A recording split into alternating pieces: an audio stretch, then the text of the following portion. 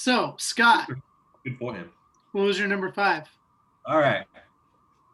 So number five was one that was higher on my list until recently. I kind of revamped it and did more of stuff that was kind of, I don't know. Like I think I was first starting to do it, and this one was more of one that like I think I'll listen to this album a lot more going forward than I will some of the others that are ahead of it.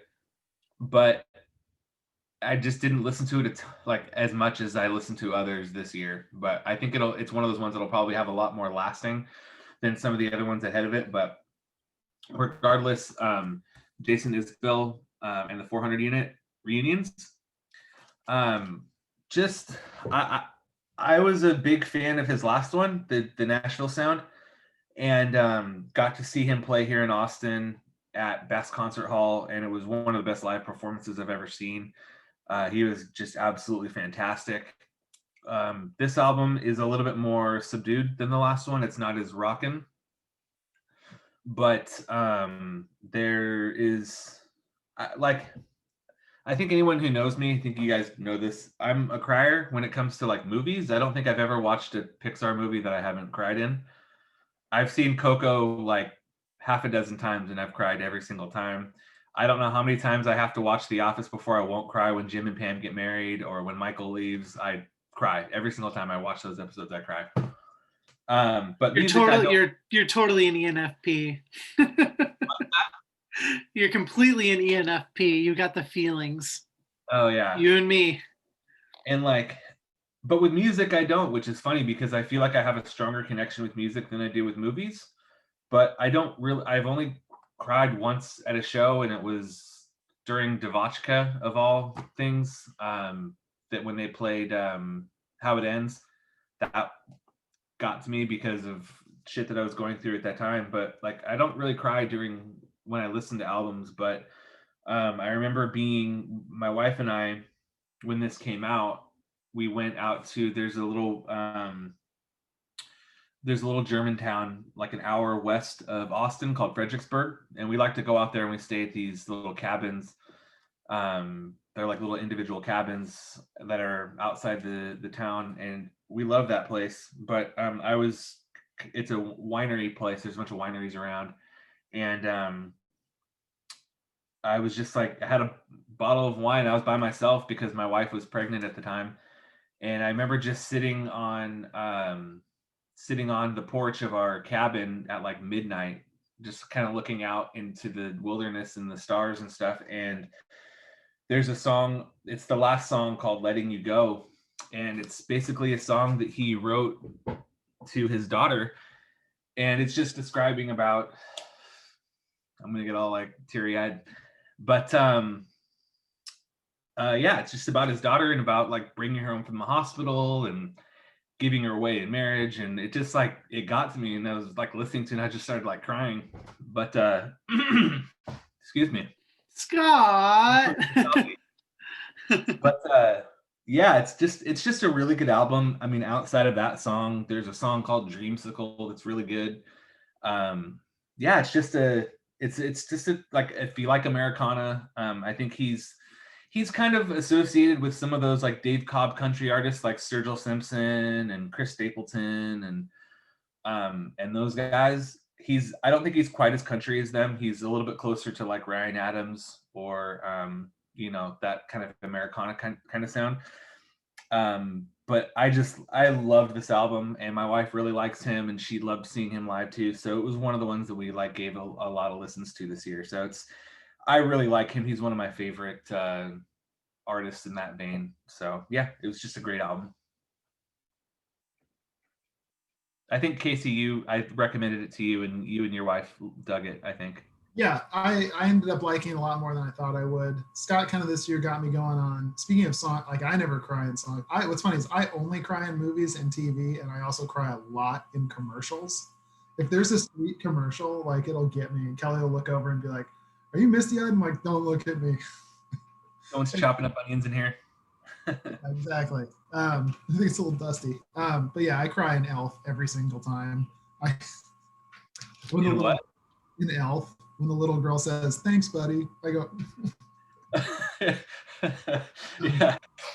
Anyways, but for songs, like I haven't had a song hit me like Sturgill Simpson. Like you said, the first song on that, whatever album you recommended to me was about his son, and I listened to that and I was like, oh man, that's just got me. But yeah, this one Scott sneakily made me listen to this by recommending it to my wife, who then played it all the time because she really liked it because she loves Ryan Adams, and Ryan Adams is kind of out for a little bit. He's on timeout, possibly permanently.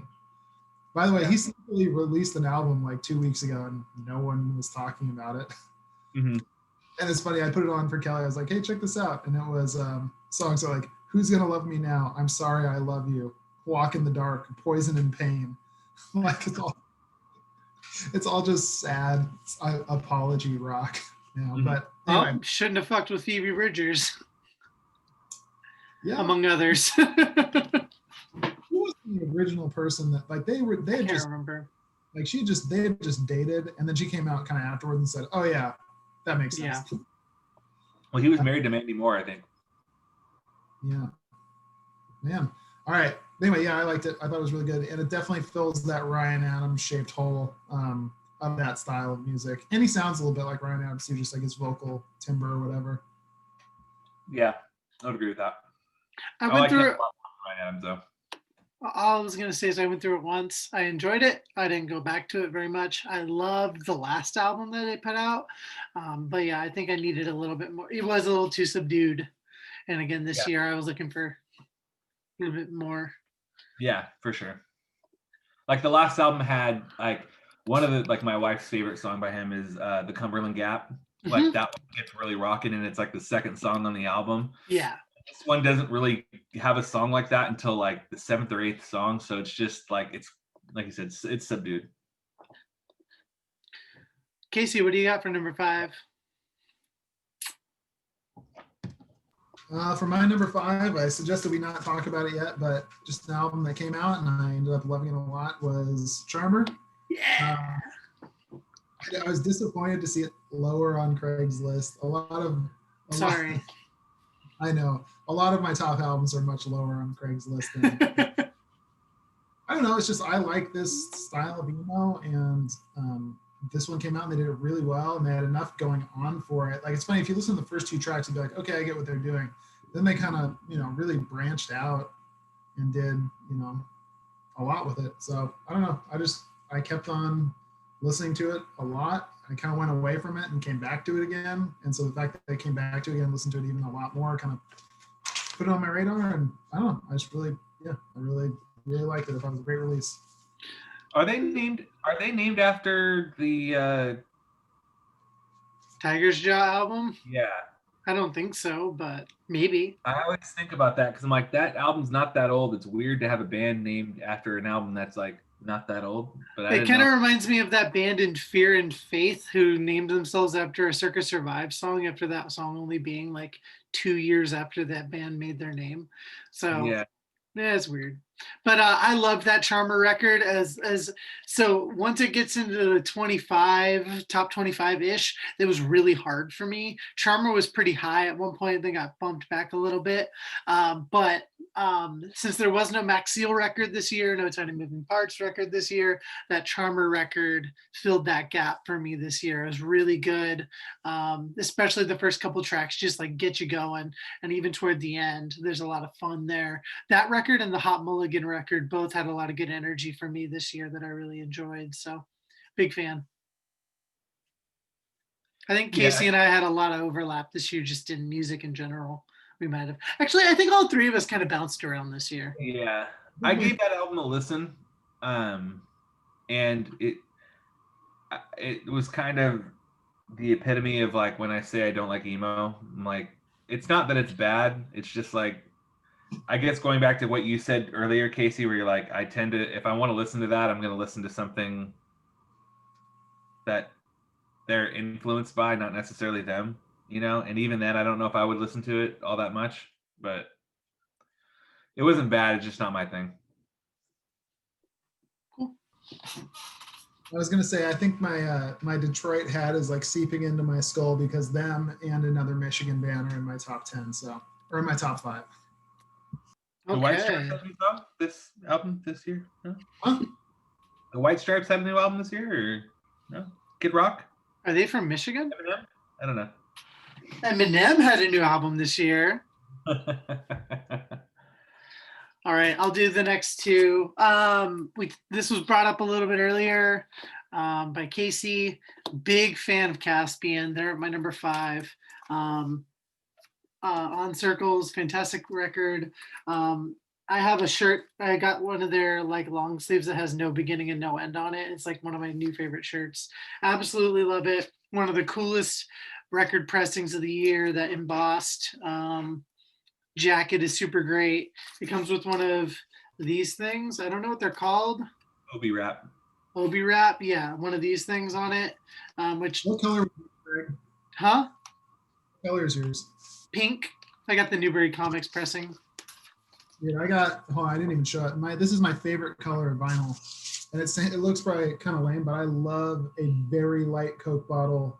Yeah. Like, opaque Coke bottle, blue or this is a green one.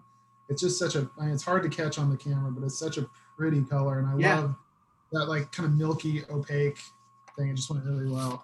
Anyway, this is just very pink. It is pink. But yeah, one of my favorite things this year, I came back to it a lot. I'm so glad that it came out in like February or something like that, January, February. So I had a lot of time with it, a lot of time to love it, a lot of time to appreciate it, and spend some good time driving to it, chilling out to it at night. Just Collapser is such a brutal song. Wild Blood, starting with Wild Blood, is so great. The song with Kyle is great. And at the very end, Circles on Circles, another song with vocals in it. After the last album they did, they also had a couple tracks with vocals on it. So they're experimenting with it, and I really do enjoy that. And I think it's really great with how they're going through that process. Won't belabor Caspian too much longer, but I am going to dig into my number 4, which is my friends at Spanish Love Songs. They've become some of my favorite people in the whole world. Fun fact, I am thanked in the liner notes, which is pretty sick. Katie and I both are. But they have just become such good parts and like positive parts of my life. Just getting to talk with Dylan and Mare every now and again. And supporting their Patreon is really cool. There's a lot of really great like Zooming. We zoomed in on Thanksgiving and spent like 2 hours with them making food and hanging out. And they're doing a lot of really great stuff. Also, one of my favorite pressings of the year, which had this pinwheel and black splatter on it. This is going for a lot of money on Discogs right now because it's the out of 100 first press. And I'm just going to hold on to it for now. But great tunes for folks who like Wonder Years, who like Menzingers, just want some good. It almost sounds like a mix between those two bands that you. Yeah, and I was like, gonna say more pop punk than that. Yeah, and if you like very heavy-handed, honest lyrics, because Dylan doesn't mince words. Losers 2 is one of the best songs of the year. Just a lot of great stuff on this album. It took me a minute because I love Schmaltz so much, but definitely absolutely love Brave Faces Everyone, and I think it got a lot of attention, and I think it deserved all of that attention. Yeah, I liked it. I liked that one better than the first one. The first one had a couple good songs, and Are you talking the first one as in the Schmaltz? Okay, because they had one before that. Oh, okay, I don't know that one. Like Buffalo was a cool song, and then I think the second song, I can't remember what it's called, but like I like them, and I know we've gone back and forth, and you, in a very asshole way, texted the singer and let him know that I did not like his voice. While we were hanging out. Yeah, while I was there in Boston. Did we tell you about that, Casey? Yeah, Scott told me about it. Okay. That was super funny. I'm saying this to you as a friend and a music fan, not like, oh, I want to text the guy and let him know that I fucking hate him. Like, no, but what was great is he responded in kind. He was like, "Yeah, no, I totally get it." Well, no, he made a snarky comment about something about like, oh, I don't know. we're better than his band, or I'm better than his voice. Oh yeah, he was like, yeah, but what band does he sing in? Yeah, something like that. I'm like, I'm not saying I'm a good singer, and I'm not saying that like you have a bad voice. It's just not for me. Like to me, like I love the Menzingers, and I like have been revisiting on the Impossible Past a lot lately, which is my favorite album from them. Like I've been listening to that a ton, and I don't know. I think I like what they do to keep separate. Like I like the Wonder Years type stuff. I'm not a huge fan of that band, but like that style I like. I like the more blue collar like Menzinger style. I don't know if I like that together too much. And his voice is just a little bit too is melodramatic the word? Like Yeah. It's a little bit too inflected for me. Like I don't know, it's a little bit too much for me. But I get the appeal. I get why people like them. And when they have some good songs, I'm like, oh yeah, like that is like I can't remember what that other song is. Buffalo Buffalo is the one that I always remember, but it's the other one that's like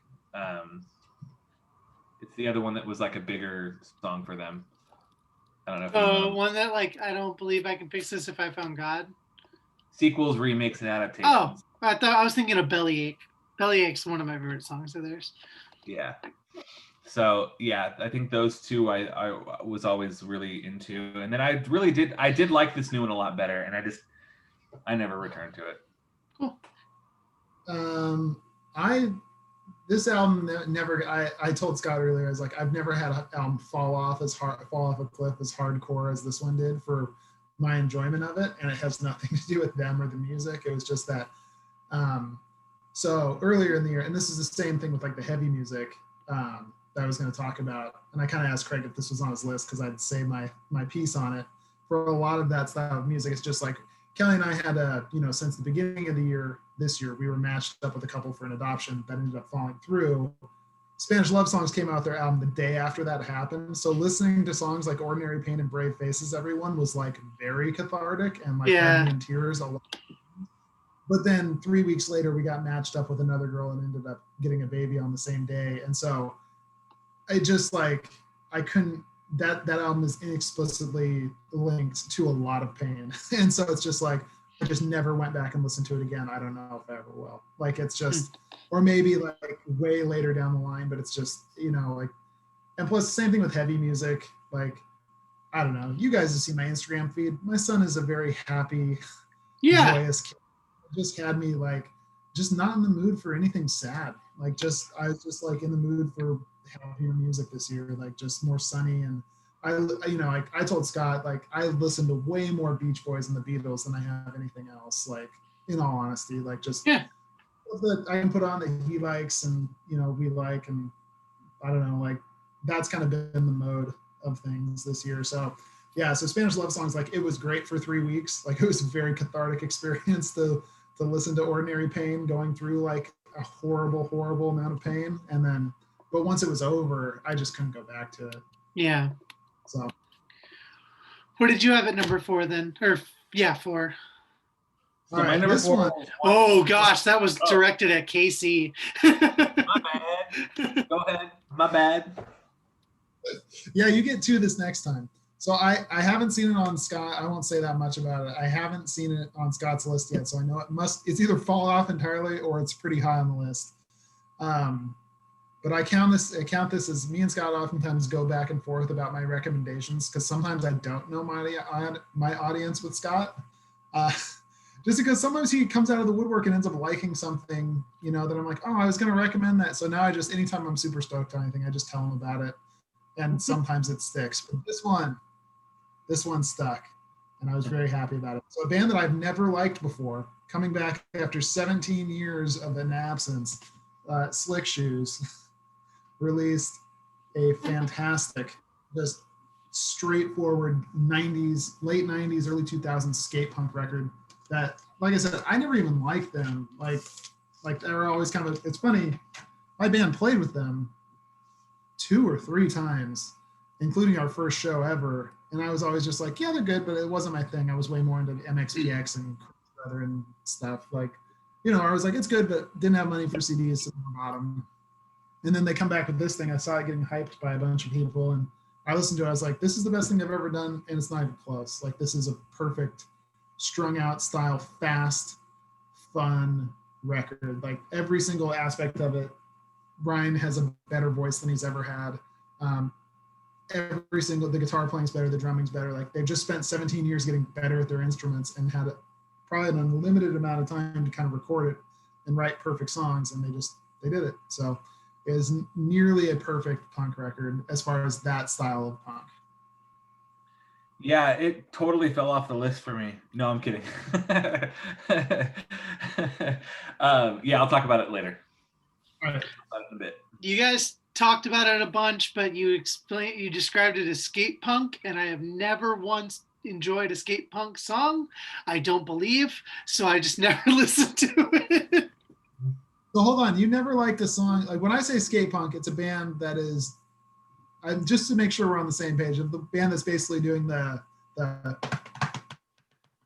just the hyper fast punk beat the entire time. Yeah, I don't know. Me, that was probably being ridiculous, but like, I don't know. I've never liked MXPX. I've never liked NoFX. A lot of that stuff just never stuck to me. So couldn't tell you a song by either of those bands. I feel like No Use for a Name out of all of those bands would be the one that you would like. Still, no idea. So they're the closest thing to like. I feel like a lot of pop punk bands from like the early aughts were probably really big No Use for a Name fans. Yeah, I think that's where the age gap comes in, because for me that was college, for Scott that was high school, and for Craig that was junior Tony high. Hawk Pro Skater. Yeah. That stuff. I know those songs. I mean, the funny is that has a lot of skate punk on it. Yeah. So. Scott, what was your number 4? Now you can tell us your number 4. Right. Okay, so Casey mentioned this one earlier in his honorable mentions, but Seer Believer, I just bent. I love this album. This one I get a lot of recommendations from Riley from Thrice. I think a lot of people do. A lot of the stuff that he mentions is just not for me. It's a lot of sludgy metal stuff that doesn't really jive. But he recommended this one, and he just kind of called it Bummer Jams. And I was like, I don't know what that means, but I'm going to go check that out. And it reminds me, I know I said this before in case you disagreed, but Balance and Composure, but not their main stuff, like more of their like more subdued stuff from like Separation from that album. That was like the slower songs from that album remind me of this. But for those of you who aren't familiar with him, it's one of the members of the band Gleamer, who I think have a little bit bigger of a name than he does. But it's just really like chill, like alternative rock. Like, I guess if you take that like kind of like the Balance and Composure, Citizen sound and like just make it slower and less distortion. Like, I imagined everyone in the band wearing flannel shirts for some reason. But yeah, it's just a really good album. I found myself listening to it a lot when I needed something that was a little bit more subdued. Speaking of variants that are like Coke bottle and pink, it's kind of a cooler like Coke bottle with that pinkish in the middle. But anyway, yeah, it's just a really cool album. Like I said, it was one of the ones that was more chill when I needed something that was more subdued and laid back. Oh, yeah. Versus a lot of the other. Oh, nice. Then a lot of the heavier stuff that I was listening to this year. Like I think I listened to it a lot when I was driving places with my wife or whatever. But yeah, it's just a really good album. I think it's something that I could see myself listening to more, like even in 2021. A lot of the times I think I enjoy these albums and then the next year comes and I'm on to whatever else is new and I don't come back to things a lot, but I could see myself coming back to that a lot just because it's so unique. I was thinking about that the other day when I was listening to it. I'm like, this isn't doing anything that new or interesting, but it still sounds unique to me. Like there's not another band other than Gleamer and like some of the other bands that are doing that sound now, but like I would be hard pressed to give you a band from 10 or 20 years ago that was doing something where I'd be like, oh yeah, they totally ripped that off, or they that totally goes into this genre or whatever. Like it seems kind of new to me, and at least to me. Maybe other people feel differently, but it's just a good album. Yeah, really laid back and kind of juxtapose a lot of the other heavier stuff and more upbeat stuff that I listened to this year. So, and I listened to it a ton. Y'all kept stressing it to me. I listened to it a few times. I listened to it like the first time in the car on a very sunny day, and I was like, this is kind of slow for me right now. So I didn't go back to it until like a day I was working on a puzzle, and I was like, this is a better atmosphere for this. And I think I enjoyed it more there than I did at all. But also I've gone to Gleamer, and Gleamer didn't do anything for me, but I feel like it should. It's one of those bands that I think should do something for me, but just hasn't. So yeah, that was kind of where it landed for me. Casey, that was the one you said that would have done better if it had come out in fall, right? Yeah. Yeah, because it came out like at the beginning of summer, I think. And it was just like, this is really cool, but not like 2020 was also a weird year too. Like typically, like when June hits, I'm like, give me pop punk, give me like Roswell Kid, or give me like something bright that I can like sing along to. Like that Dance Gavin Dance album was like a perfect summer album. But so it actually still got a lot of listens despite when it came out. But I agree, if it had been released in October or something or September, I would have probably. I recommended that to one of the other Vinylside chat guests, Alicia Kirby. She had just posted on her stories like, recommend a fall album to me, and I was like, this is a fall album for sure. And I think she ended up re-tagging me in it like later and saying like, for those of you wondering what a fall album is, this was the one that was right on the money. Like, because it's just kind of like it's a rainy day, definitely a rainy day record. Like just mellow but not depressing, and just kind of like fun, good lyrics. Like I honestly, like, timing and other things aside, like that could have been my top 3. It's a great record. Mm-hmm. Yeah. Scott, what did you have at 3? We're getting into our top 3s. Oh yeah, that's right. So we're almost done. We're almost through the marathon. So this is the last one that I don't have a record for. I originally had this one as my number 1. To me, I think out of all of the records that I listened to this year, this is the one that will probably have the most longevity. It just came out in the end of November, I think, and so I just haven't had a lot of time to listen to it and really truly appreciate everything that's so great about it. But it's the new Chris Stapleton album, Starting Over, I think it's called. And I just love him. I think he's one of the greatest artists of our generation, right up there with like Adele and Lady Gaga, and like just elite talents that, like, even if you may not like what they do, that you just, there's a respect there of like, oh yeah, like people who don't like pop music can still go, oh yeah, but I respect Lady Gaga for, she's just incredibly talented. I may not like what Adele does, but like that voice, how do you not appreciate that voice and the songwriting and all of that? And I think Chris Stapleton is kind of the country version of that, even though I think a lot of his stuff isn't even really country. It's a lot of blues, a lot of southern rock, a lot of but on the country too. But it's just another great album. I think I like he 3 years ago he released like like a 1 and 2 album. Like he released one in like February and then the other one in December, called From A Room, Volume 1 and 2. And those are probably my favorite. And then he had his debut, which was Traveler. And I think this one I like better than Traveler, but I don't quite like as much as the From A Room albums. But it's just solid, man. It's really, really good. It's a little bit more on the blues and southern rock side than his other stuff. Like if you appreciate or like Bob Seger, I'm not going to sit here and tell you I'm a huge Bob Seger fan, but I do like some of his stuff, and it gives me that kind of vibe. And he does a lot of, like, his wife sings backups on pretty much the entire album, and the two of them singing together is just absolutely gorgeous. Trigger warning on Maggie's song. That song I told Casey about, especially I think because he had a dog named Maggie, and that song is just, it's about his dog, and like I cannot listen to that song literally without crying. Like every time it comes on and we're in with my wife, I look over and the two of us are both just crying because it's just such a good song about their dog. But yeah, and then a lot of the other stuff with him and his wife, it's just love songs, and her and I both love him as well. So I think it's also a really common go-to when we're driving together. So just, man, he's one of my favorite artists around. He can play guitar like nobody's business. I mean,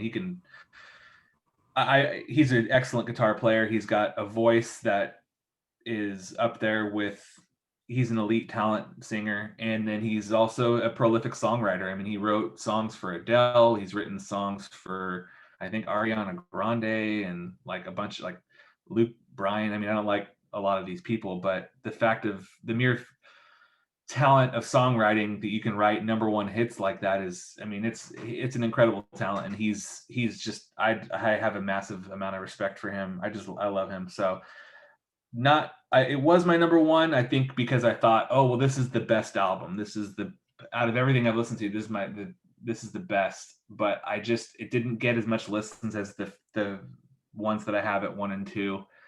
And but I think it's something that I'll listen to probably more than those two going forward, if that makes sense. But I just loved those first two so much, and I listened to them a ton, and they kind of, I'll talk a little bit more about that later. But yeah, I don't think I could ever listen to that Maggie song. I would probably lose it. Did you listen to it once? No, like I don't want to. Like that sounds like a nightmare. I don't want to have to think about my favorite like non-human thing in this world. And how dude, it's yeah. It's I was gonna say, it's the dog version of that Jason Isbell song for sure. Like that's okay. So yeah. We lost him. I think we might have lost Casey. Yeah. Oh, there we are. You back yet? Maybe not. You guys are both frozen, but can you hear me? There we go. Yeah, you keep freezing. Yes. All right, sorry. I was going to say one thing about something you said earlier there, Scott, is that sometimes, can you hear me now? Am I good? Yeah. Yeah, go ahead. Okay. So sometimes, when Jude's crying at 4 a.m. and I go rock him to sleep, I just sit there thinking to myself, like, I wonder what Bob Seger's night moves are. And I don't know. What Bob Seger's night what are? Night moves. That's his greatest song. But I was like, what are night moves? Yeah. I thought Like a Rock was his greatest song. Get out of here. Oh, yeah? Well, billions of Chevy owners would beg to differ, okay? All right. All right. Go ahead. Go ahead, Casey. Number 2. Number 3. Sorry. Another Michigan band. Now, this band was off my list probably entirely.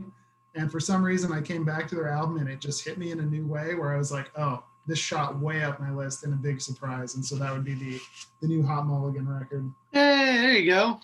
Which another East, I think they're from Michigan, East Lansing. Anyway, yeah, they're just an absolutely, I'm trying to think what color. Color's not that crazy or anything. Oh, no, that's pretty cool. A big part of this was that No Sleep took forever to get me the vinyl copy of this. And so like that fell off so heavily as I wasn't listening to the record, because I ordered this and Charmer in the same order. And 6 months later, I emailed them and said, hey, what's the deal, man? It's been 6 months. And they got right back to me and sent them out. They're like, we're so sorry. And then later on, I got another 2 copies of them. So there had been something. Did I lose you again? I'm sorry. No, just time to do it. Time to do a giveaway, Casey. Oh, time to do a giveaway. I already sold both of them. Dang it. Well, because it's so funny. Like I got another one of those things happen with Spartan Records. Like I ordered the Lights in Motion record, which is probably another honorable mention for me. And they sent me 2 copies of Lights in Motion after they'd already sent me the one, and I noticed it was to another Casey, and I was like, I felt bad, so I was just like, I emailed them and said, hey, you want me to send this on? Just like give me $5 or whatever, and I'll mail it to the person it's supposed to go to. They're like, oh nope, it's our bad. We completely messed up. He already got his, so could you just send him back? We'll send you a label. And so I did. But like I didn't have to wait for 6 months to get it. So yeah, I was like, oh, you don't owe me anything. For the no sleep ones, I was like, you know what, guys? I'm selling these. I'm sorry. You had to wait for a really long time and you lost my order. Like I know you're independent. I felt bad-ish. Felt bad-ish. But anyway, back to this record. It's just that they hit the kind of noodly emo vibe, and this would probably be the quintessential Scott hates the new emo band. But I actually really dig. A lot of this the kind of barrier for entry for a lot of people on that band is the vocals, and I dig the real yelly vocals. Yeah, just like the hyper pop, but like the guitar work on it is some of the best I've ever heard as far as a mix of noodly and songwriting. But anyway, that's all I got to say about it. Really liked that record. Free Throw is a big band that like they get lumped in with, and I totally get that. Just like that new kind of party music almost, because it's just like yelling, singing, and everyone just having fun. Really, it's a fun record. Backyard's a great song. I can't think of the others off the top of my head, but yeah, I think it's a great record. We listened to a lot during when it first came out. Katie was a big fan of it too, so it was good. Like I know they're a lot more pop punk, but would you like say there's similarities between them and Pup, or at least the vocal delivery? A little bit. I feel like Pup is a party band too. Yeah, I think in a different sense though. Yeah, Pup's a little bit faster, I think. Yeah, they're more pop punk. That's them. But yeah. I like Free Throw. I don't love Free Throw. I listened to that Hot Mulligan and it was like, oh, this is cool. Just not like, since you mentioned it, I'll say it. Like, they're a band that I listen to, I'd be like, oh, Casey would like this. Like, yeah. And I don't mean that as that's not a jab by any means. I'm not saying it's bad music. It's just like, oh, this is the kind of stuff that you would really like that I'm not, not that I'm not impressed by it. It's just, it doesn't do anything for me. It would be a band if their guitar work was not what it is. I would probably not like it as much. Like they're good. Anyway. Yeah, I think we're losing you. That's fine. I'll go on to number 3. Yep. There we go. All right. Nothing. I keep the Obi stripe this way.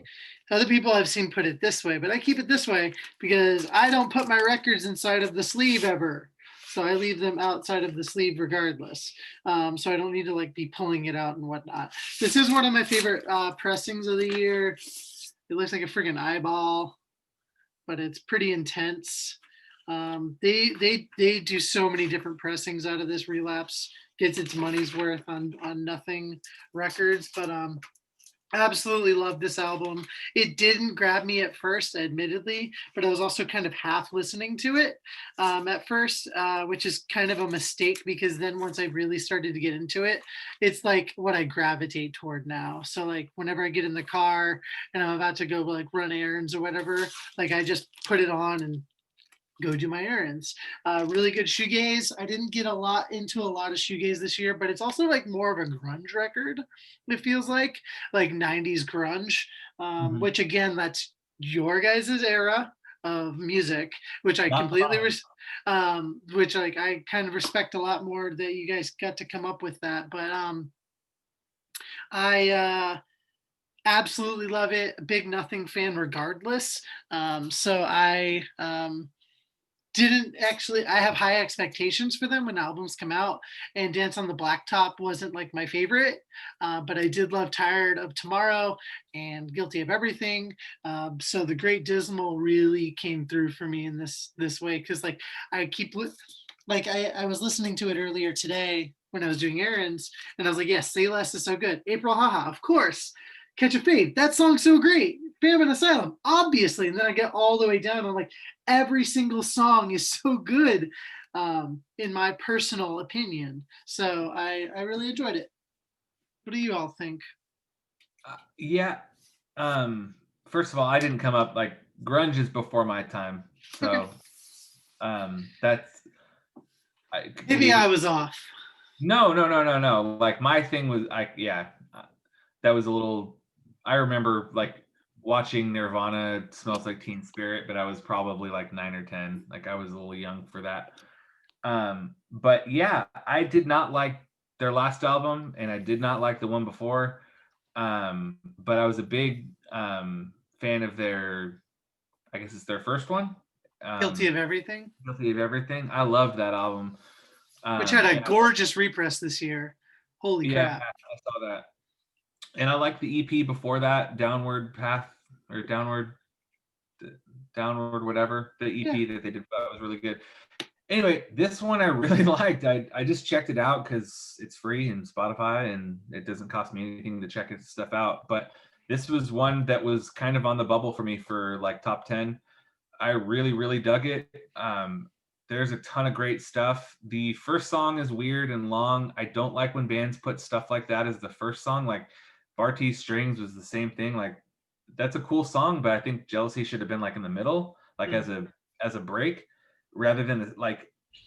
I remember I'll be honest. I start the album the next song when I listen to it, which I get is like a weird thing to do with like a favorite album, but like I can appreciate the album. I know what that song sounds like because it's basically the same one off of Guilty of Everything. Like they have basically the same starting track, and I can appreciate the rest of the album as one of my faves. So yeah, I get what you're saying. Yeah, it's just I don't know why bands do that. Like I think it was the first song on Separation by Balance and Composure was like the same way, and you're like, why like, oh, the Clarity. I love Jimmy Eat World Clarity, but that first song is like, I'm like, okay, just get me to Lucky Denver Mint, like get me going on this album. And it's a good song, that opener, but I felt the same way about this one. It's cool, but it's like almost 6 minutes long and it's super slow. And then you get into Say Less and it kicks in. I also didn't care for, I think it's Catch a Fade. Of course, my dogs are barking now. Catch a Fade is the one. Is it a different singer that sings that one? It's the other guy, yeah. Yeah, it's the other guy, and it like Say Less and April Haha are like super heavy, and then you get into that one and you're like, oh, like I get what you're trying to do here. I just don't really like this song as much. And then it goes into Famine Asylum, which might be the best song on the album. And like the rest of the album is really good. You said, like, I think you said it perfectly. It's like definitely more grunge, but it has some of those shoegaze things in it. It's just, I like what they do. I saw them on that Guilty of Everything tour. They opened up for Torch, which is kind of funny because I think they're bigger than Torch now, but I would say so. They were really good live. And this album is a return to form for me. Like it's something that I actually liked and considered buying, but I don't know. I don't know if I'd listen to it enough. Did you have opinions about this, Casey? Yeah, I mean, I like where they went. Tired of Tomorrow is probably my favorite by them, to be honest. Like I like Guilty of Everything and Tired of Tomorrow, Scratch an Itch that I really like, but I haven't been super into them since. I gave this one a cursory listen. It's another one that I keep on. It's still on my kind of a tick mark next to it that I need to come back to it. But when it came out, I was already in my kind of like, I need to start re-listening to my 15 to 20 favorite albums over and over and over again to kind of start sorting the list. And so it kind of fell into that. It's a little bit unfair for bands that are coming out in like November and December, but that's always what happens for me. So they kind of fell into the void. But what I heard, I liked, and I thought it was better than the one before. So I would definitely go back. Yeah, Dance on the Blacktop had it. The production on that was awful. It was weird. I ended up liking the album eventually, but yeah, the production's weird. I'll jump into my number 2. Already been brought up. Bartiz. We've talked about it a bunch already. Absolutely think this album is great. It's all over the place. I remember when I first heard it, I was like, you guys, you're not going to believe this album. And I think I presented it to both of you in that way. And I was like, it's all over the place. It has that great like new realm of like emo indie production that Will Yip has like become known for, which is really interesting because he also produced the new Caspian record, which like I forgot about. So he's got his hands in a lot of different mixes right now, which I think is really cool. There's a lot of interesting stuff happening on this record. Like In a Cab could have been like an interlude on a foxing record. Like it's ridiculous. Stone Meadows is one of the best songs really released this year. I love like that song. that song is so great. Far and Fallen for You are great. I know that Scott wasn't a big fan of the like acoustic stuff, but as a big fan of City in Color, it reminded me a lot of City in Color, so I'm a big fan of that. Just think that this guy's gonna be big. That's all I can see is like his next album will probably launch him if this one doesn't. I could see myself getting into the acoustic stuff. I think the last time I listened to it, where I started liking it more, I think I was like liking the more upbeat stuff, and then the acoustic stuff came on. I'm like, no, go back to what I was enjoying before. And yeah, I like acoustic stuff. Like I mentioned, that Laura Jane Grace album is all mostly acoustic, but yeah, I agree. I think he's going to be huge. He'll probably, like, it seems like a lot of people are really talking about that album. He could be the next kind of big thing. I also feel like it could have had one more song, in my opinion. Like I know it's like already kind of short, and I was just saying how much I like the short stuff, but I feel like it could have had one more song or fleshed out. Like In a Cab could have been another 2 minutes longer because it's a pretty short song. But yeah. All right. I was gonna say like the with that too. Oh, my favorite. I was trying to think what I was going to say. Okay, my favorite quote. He was interviewed by Grammy.com when he released that, and they asked him about like, how come you're so all over the place? Like, everything is going in so many different directions at one time. And he was like, oh, well, it's just a bunch of music that Black people made, so it's kind of all the same genre for me. So true. He's so legit. Like rock and roll, R&B, like hip hop, it's all just everything. Every type of music is just comes out of Black people, like music that Black artists have made. So it's just like I thought that was hilarious. That's great. Cool. That's really great. Casey, what do you have it to? All right, so at number 2, this is a band that I know fell off for Scott, but he said he kind of liked it a little bit when he heard it, or at least didn't like it that much. This is another like message board band that someone was like, hey, check this band out. And they're not on the label. I ended up contacting the band through Facebook. They did a self-pressed 100 copies of their record, so that's all that's out there. But the band is called the Topiary Creatures. I just got my copy of the vinyl. It was really nice because it came with a handwritten note, because I think they're a really small band. Like, just like, hey, Casey, thank you so much for ordering this and chatting with me on Facebook. And like, I don't know, just I think it's kind of the brainchild of one dude, but now it is a full band as well.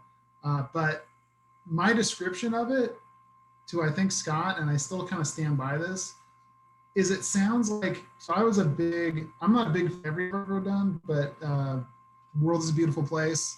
I really like some of the stuff that they've done, especially Harmlessness, where they kind of went big in their, so to me, this album takes every catchiest, biggest moment from World is a Beautiful Place and just is made out of those moments without like the kind of interlude stuff in between. So, I mean, to me, the record sounds huge, just super, super catchy and fun. And I like the guys, lyrics, and, I can totally see them being kind of on the same bill as World's a Beautiful Place. But yeah, so if it's something you're into, they may have like 10 copies left. And I might dig this.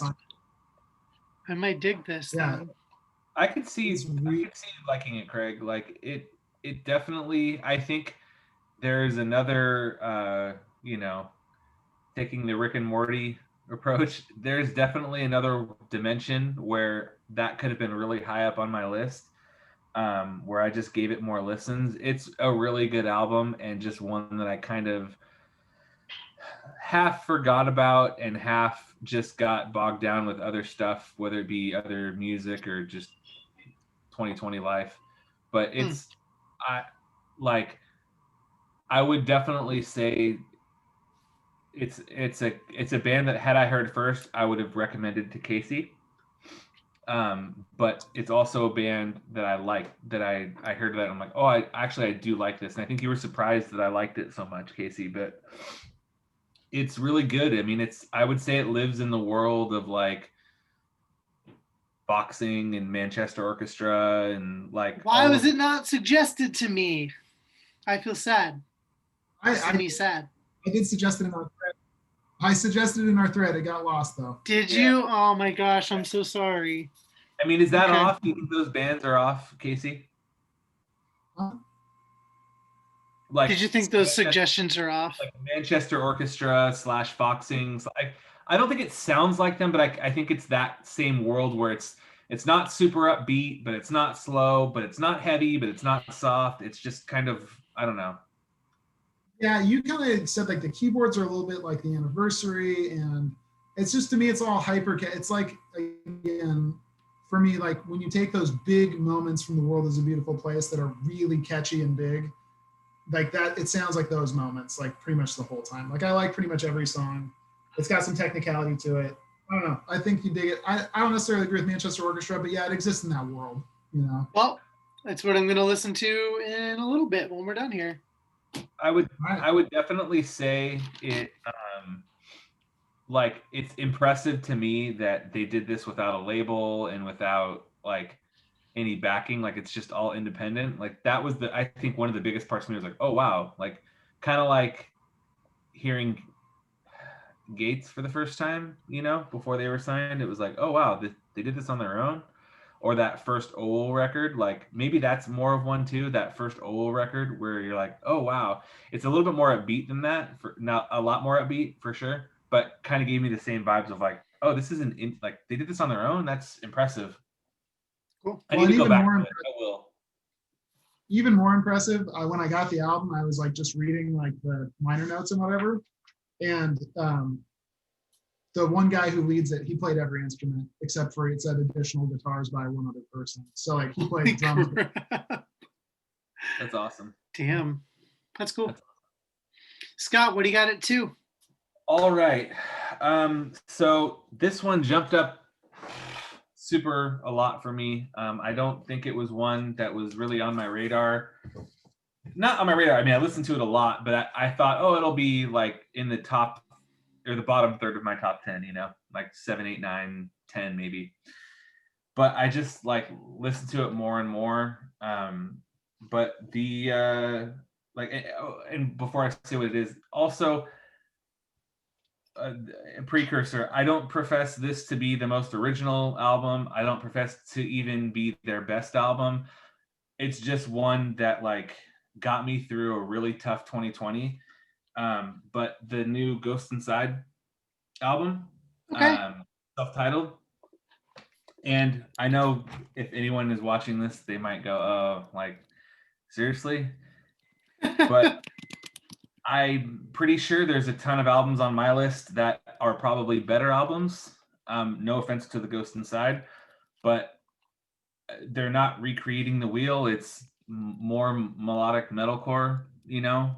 But if for those that don't know the past, they kind of got into a huge bus tour accident here in West Texas. Well, I don't live in West Texas, Southern Texas, but in West Texas, and they hadn't put out an album in forever because their drummer lost his leg, and like basically every member of the band was like severely fucked up from the bus crash. And so they finally put out their latest album, which is this one. And for those that don't know them too much, all their songs it's all uplifting. It's all positive, taking difficult situations and putting a spin on it and trying to like rise above what is going on, which I think is admirable. I think a lot of I know Casey, you watched the Punk Rock MBA channel on YouTube a lot, but he recently had a video about Hatebreed, and they're another band I listened to a ton this year. But just about how admirable it is to actually have lyrics that are positive and helping people like, hey, this is a fucked up time, but you can rise above and you can, you know, like not just wallowing in the, you know, not being a defeatist. And I don't know. I know 2020 was hard for a lot of people, And I was definitely one of them. Especially the last month has been extremely, extremely hard for me. Just I've been trying to get a new job, and I've been interviewing with like a million companies, and it's just like rejection, or having to, like, even if not rejection, just like having to go through interviews is really difficult. And if I get, I'll get down or whatever, and you hear back and okay, they're passing on me, and it's hard to really like, it's hard to like get yourself out of that mindset. And so I think this album, just not only with that, but also with like just with the weight loss stuff, and listening to like trying to listen to like positive stuff that will like tell me to push forward, and like you're not who you are. Like, I don't know how to say this. Like, I can't say it better than they can, but it's just that like positive lyrics about rising above your challenges, and you don't have to be the fucked up decisions that you've made in the past, and you can, rise above, and you can be a better person. And I know that people might think that's cheesy or corny or whatever, but like, to me, it's incredibly like uplifting, and it has really been the whole year for me. And I think that's kind of why, like, I was listening to it the other day, and I'm like, this needs to be higher on my list because of what it's meant to me this year. Is it a record that I'm going to listen to a ton going forward? I don't know. Maybe not. Like I said, that Chris Stapleton record is probably going to be something that I listen to more because it's probably better. But this record just meant a ton to me this year, with not letting me kind of wallow in that depression and wallow in all the shitty things that are happening to me, and helping me understand like, okay, you have it. It's been crappy, but like, it doesn't, you not only did you not have it as bad as some of other people, but also you can choose to be better, and you can choose to, put your mindset in something more positive. And they were just a huge part of that. So yeah, I just really love this record, and I love the message. And it came on the cool. I don't think a lot of records nowadays get purple pressings. It's like a random color that you don't really see a whole lot. So I thought that was kind of cool. But yeah, just like I said, they're not recreating the wheel here. Casey, I always kind of attribute this saying to Casey where he's like, I either want a band to do, if they're doing a style that I know, I either want them to do it really, really well, or I want them to do something new with it that makes it interesting. And they're definitely in the camp of like, just, I think, doing it really, really well. Yeah, it's just, I think literally every song on the album almost is just, I mean, you can kind of even hit like Still Alive is like the first track on the album, and it's just about like them coming back from this like huge tragedy. So anyway, I won't talk anymore about it. It's just, I love that album. So cool. Yeah. I listened to it once, and they do what they do well. They've never been a band for me. But I know that Katie has a lot of history with them and really enjoyed them, and was pretty devastated when they had their accident. And I was really surprised that they were gonna come back with an album. And I know that they have like a big show here in New England set up, and I think they have one in California set up as well. I think it's in California. I think that's where they're from, but I'm not completely sure. But they have like a big gig that's supposed to happen here in Worcester next summer, as long as everything pans out. So with like Stray from the Path and a bunch of other bands. So we will probably go to it. That's funny. The one time I've seen them, they were headlining, and then right before them was Stick to Your Guns, and right before them was Stray from the Path, and then Rotting Out. So we saw them with Every Time I Die, Architects, and some other band I can't remember, but might have been Wage War. I don't remember, but I could see, like, I think I recommended this album to you, Casey, and I think your response to me was like, the vocals are kind of pedestrian, which I totally understand. I know you like Counterparts, and I feel like they're kind of similar to Counterparts a little bit, maybe not as melodic as them, and maybe a little bit heavier at times, but there, like I said, I don't, this is not an album where I recommend it to people and go, you didn't like it? What? How do you not know? Like, I get it. Like, I think they're if you like them, you like them. if you don't, I understand why. They're like I said, they're not recreating the wheel. Yeah, I'm really happy that you picked that as number 2 because by my calculations, it puts an album that I recommended to you at number 1. Yep. So. Yep. Then Scott, what's the number 1? But yeah, so that was the one that meant, I think, out of every album this year, that one it just really helps me stay mentally positive and mentally healthy. But my number 1, Casey previously mentioned, is the Slick Shoes Rotation and Frequency. I never liked them before. I did not really listen to them before. I always kind of wrote them off as an MXPX ripoff band. Going back, I'm not going to say I was wrong about that. It's this cool pinwheel thing that looks cool. like a color.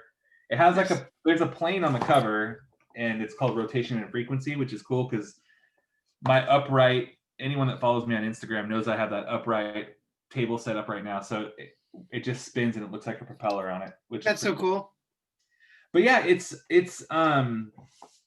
to me, I would, like I said, I was never really a big fan of them at all. Going back and listening to their stuff now, I don't want to say I was right about them being a ripoff of MXPX. I see the connection. They were probably more than that, but it's still, going back, I'm like, I'll never go back and listen to their old stuff. But this album is absolutely amazing. I just realized, are those UFOs up here? I don't think I ever noticed that. I can't hear you, Casey. I never noticed that either. That's rad. I just noticed that. That's really cool. I was going to say, the MXPX comparison, like, I always think their music was different, but a 14-year-old, because that's how old he was when we recorded their first album, a 14-year-old Ryan Kepke sounded like Mike, and that was impossible to get away from. Right. Well, sounds like Mike, and also the tooth and nail Christian punk thing. I was never I liked some of those bands, like MXPX. I loved. They were one of the first punk bands that I got into as a kid, and I didn't even know that they were Christian. But I never really got into that Christian scene. I didn't grow up in it. I loved Five Iron Frenzy, and I loved some of the Christian ska stuff, but I was never into that scene. And I feel like a lot of people that are into that scene are only into that scene, and they love like those tooth and nail Christian bands. And that was never really me. And they were always kind of like a deeper cut for that. And so I was like, but man, you're right. By far the best thing they've ever created. By far one of the best punk albums I've heard in a really, really, really long time. Technical, like, to me, it almost sounds like I love Solitaire by Strung Out, and to me it sounds like a whole album in that vein. Like, it's like melodic but technical and fast, and it sounds kind of like Mark Hoppus on vocals singing for Strung Out or something like that. I don't know. It's such a good album. I would put that on as a feel good. That was kind of my like feel good record of the year, of like, I can put this on, I'm going to sing my ass off to all of it. Every single song is good. Ironically, except for that last song, I don't get why that they even put that on the record. It's long enough to where you don't need it. And I don't really get it. Just seemed kind of slapped on at the end, because it was the type of album where I would go, I don't care where you start from. Every single song is good except that last one. And I always like to have a good ender. And I thought that was not a very good ender, but everything else on it was great. Whispers was fantastic. 2008 might be my favorite song on the album. Those were some of the bigger ones, but I mean, Keep It Secret, Keep It Safe was really good. Carry This, Always Have was really good. Like, it's just a phenomenal record. And when I was thinking about what I wanted my number 1 to be, it was, I remembered like how I went about this last year, and I ended up choosing Norma Jean, and because I thought that was the best one, and I think I put Somos at number 3.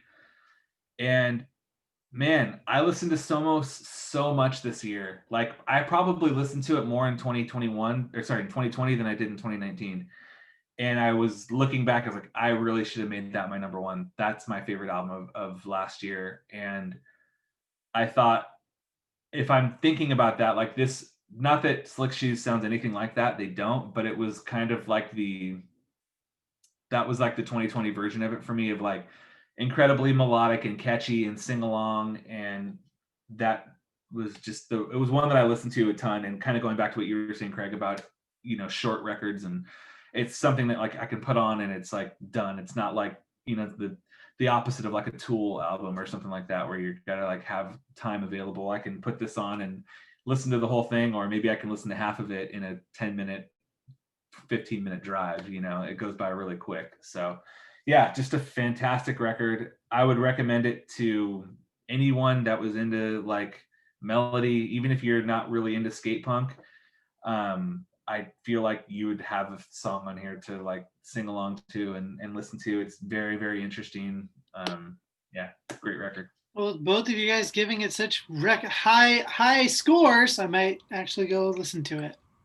And hats off to Casey for that one, because that was your recommendation. And I give Casey shit sometimes for like recommending stuff that I'm like, why would you recommend this to me? I don't like this kind of stuff. But this is one of the ones that he was like, you should check it out. And I had seen other people, Jason from Unoriginal Vinyl, I think he got an early copy of it, and like 2 or 3 months before it came out, he was like, that Slick Shoes is the one that's coming out is the best punk record I've heard in the last 10 years. And I was like, I love Jason and I respect his opinions on music, but I also know that he has a real strong tie, understandably, to anything Tooth and Nail and anything in that vein. And so I just kind of thought, oh, that's a him record. That's just something that he's like, that's in his vein. And of course he's going to say that. But then after listening to it, I was like, oh shit, like I was wrong. I even like messaged him on Instagram. I was like, dude, like I thought this was just like you kind of, saying, that it was, I thought it was just kind of what I just said. And I was like, I was totally wrong. I was like, this album's absolutely amazing. It's really, really good. So yeah. By my calculations though, you give me so much crap about the recs that I've made, but I've now recommended Slick Shoes. Told you about Somos first, which is now retroactively your favorite album of 2019. Hey, there you go. I thought Craig told me about Somos. I don't know. We were in the thread afterwards. Okay. First, because I was telling you I was listening to it, and you're like, isn't that just anyway? Regardless. Yeah. But then, no. You could be right. My third coup de grace was I originally told you about Trophy Eyes' Chemical Miracle. And then American Dream became your favorite record of 2018. So I'd say I'll bite on Somos, but you were not the one that told me about Trophy Eyes. All right. Okay. I think you told. Oh wait, did you say Chemical? Oh no, Chemical Miracle. Yes, you were the one that told me about Chemical Miracle, but American Dream, you were not the one that told me about them. So you introduced me to them on Chemical Miracle, and yes, I did. Yes, you were the one that introduced me to them on that. So thank you, Casey, for cultivating. Before you, and was like, dude, you need to listen to American Dream. It's really, really good. That's 3. Casey's 3 for 3. Okay. No, I'm not 3 for 3. I'm 3 for 300, but the 3 are quality. Okay. That's fair. Fair enough. All right, Casey. What was your number one? I think I know what Casey's number one is, but I need to see it in front of me. I was so bummed to see it so high on or low on Craig's list. So this record, everything I'm about to say about it probably sounds insulting, but I promise it's not. It's just a record that I came back to over and over and over again because I don't count it as being like this technically great record. As a guitar player, like I listen to Slick Shoes and go, I wouldn't be able to play that. I listen to this record, and although I would never have been able to write the songs this well, I'm like, I could play those songs on guitar. Like I could, like they're fairly simplistic, but in that simplicity, I mean, they did everything perfectly. So I'm glad it's like, I'm glad it's you, Every Sun and Every Moon. This album I listen to way more than anything else, even the Beach Boys and the Beatles. Like I constantly put it on. And like I said, when I first listened to it, I was like, this is really good, but like there's nothing super special about it, except for I kept on just coming back over and over and over again. And like Silent the Silent lyrics started. Ceremony. Oh, Silent Ceremony is one of my favorite songs this year. Song of the year for me, for It's sure, really good. Silent Ceremony. But then you have songs like, I was trying to think about what makes it so great for me. Is if you have a song like Lazarus, which is probably one of the most beautiful songs about like losing your faith, you know, from someone who clearly has ties to the church. So I love religious imagery in lyrics, you know. So going through that song and just hearing him, you know, talk about it, I'm like, oh, this is so good. And like I was trying to think, like a lot of bands would have just left that song like as kind of a mellow song, but then they put this like slow distorted guitar in the background the entire time. I was like, that makes the song. You didn't have to do that, but it was perfect. And it's not technical, it's not anything. Like some of the little keyboard lines, you know, and also the backing female vocalist that they have for some of the songs. The interplay, I love interplay between male and female vocals, and they just do it perfectly. Yeah, and it just ended up being kind of like a perfect record. Like the it's the best record with a song called "Ordinary Pain" on it this year. I was like, how is there two? It's called Routine Pain, by the way. Oh, is it? Yeah. Oh. You said Ordinary Pain, and I was looking at the track on the track list. I was like, it's Routine Pain. It's fine. They're synonymous. Yeah, yeah. Right, and well, I feel bad that it was so low, and honestly, it should be higher. It should be higher on my list. It is great. I got to feature it on the podcast this year. 6131 is one of my favorite. You know, I have ties to 6131. They have a great year, and I'm glad it's you folks are great. And I think that in its simplicity, one of the cooler album artworks of the year. It's kind of why I also included it in my like giveaway image, because I think it's so eye catching. Also that Psycho cover. That's fair. Oh yeah. So in the end, I mean, it just became, you know, like I couldn't quite explain why I kept on coming back to it, other than it has great songwriting. So it's one of those albums that's not technically amazing, but I mean, it's just technically to me perfect. Like it's just some bands, they just do, you know, it could be, I don't know.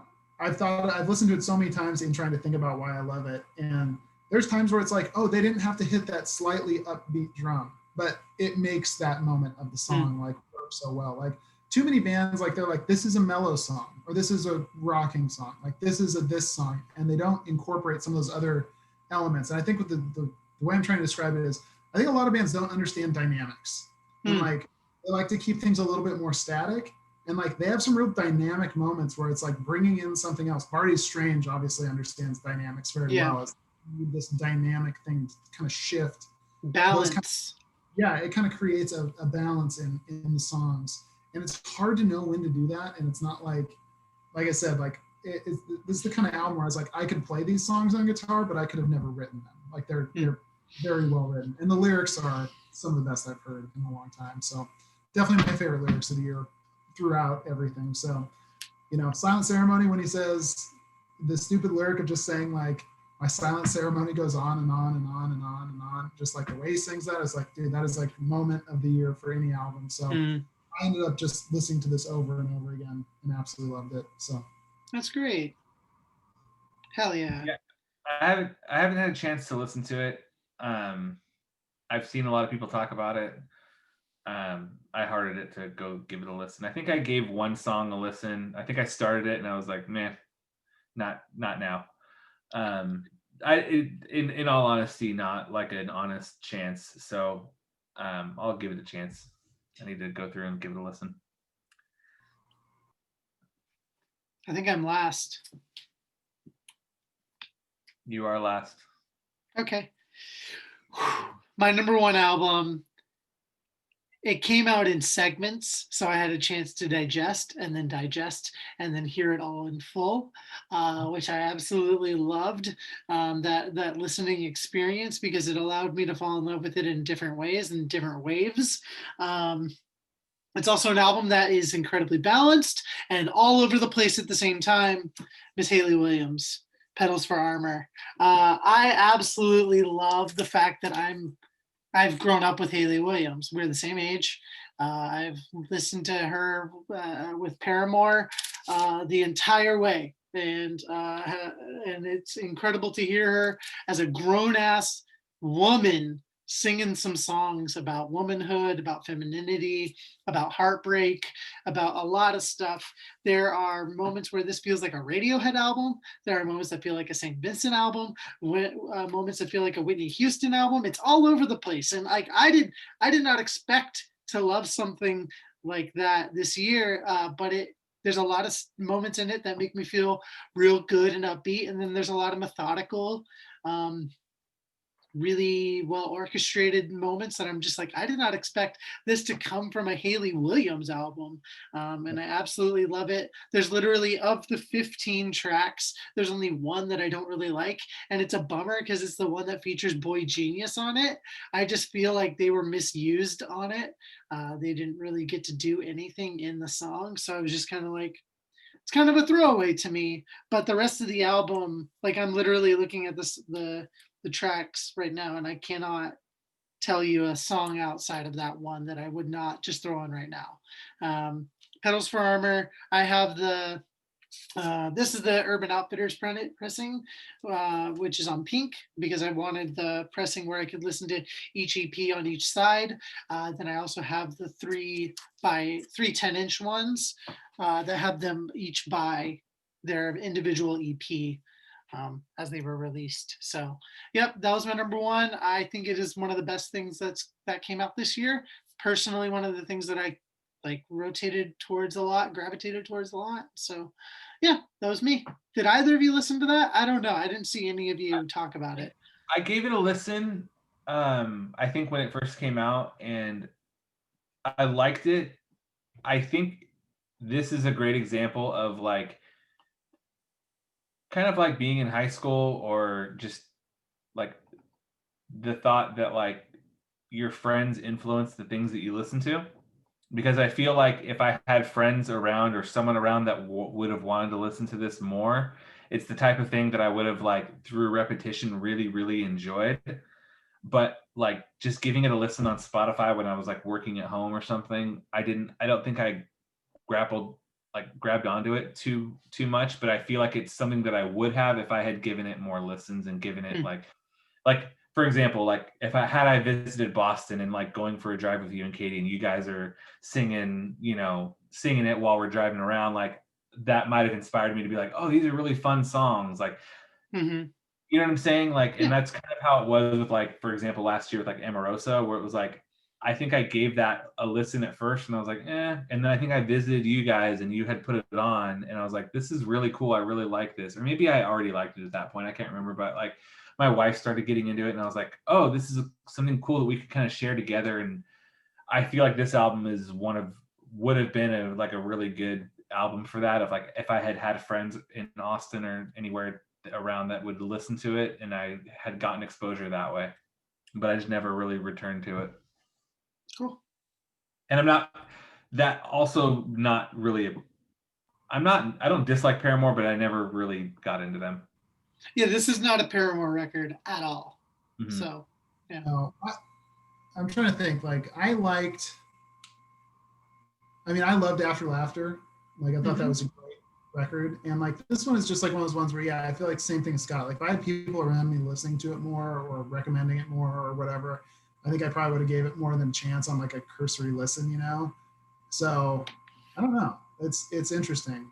Craig, I've probably told you my Paramore story, right? I don't know. I don't think so.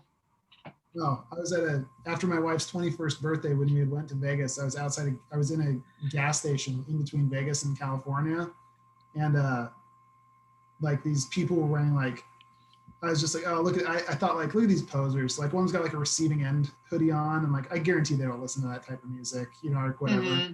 And we walk outside, and I'm like, smoking at the time, and so I was just like smoking a cigarette. I see that there's a van with a trailer.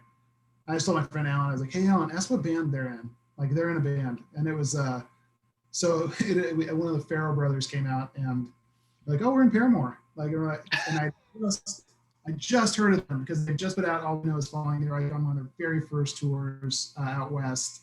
like opening up for a couple other bands, and they were like the nicest guys. The two Farrell brothers like talked to me and my buddy Alan for like half an hour. Like they're just super nice. And they're like, "Hey, you want to come to San Diego tonight? We'll put you on the guest list for the show." And I was like, "No, we gotta go. I gotta work." You know, and Haley was like 16 at the time. Like, she was just a baby. And so she was like on tour. Like her brother was there, like protecting. Like he was like, "Oh yeah, her brother has to tour with her because like she's too young or whatever." So yeah. It was kind of interesting, but I always liked them after that. Riot was, one of my favorite pop punk records of all time. Yeah. And so this is something like I'm not discounting it. Like I want to go to it at some point. It's just kind of got lost in the shuffle this year. Cool. But I heard it's great.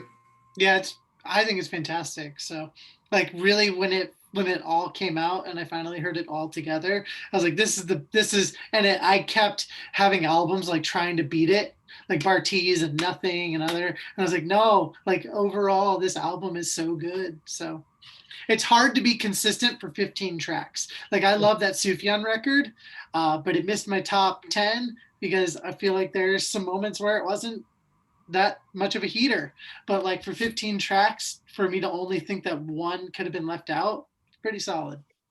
So yeah, those were our lists. Thanks for listening. If you got to the end, thanks to Scott and Casey, and for watching. I'm gonna have to edit all this somehow, probably tomorrow, we'll see.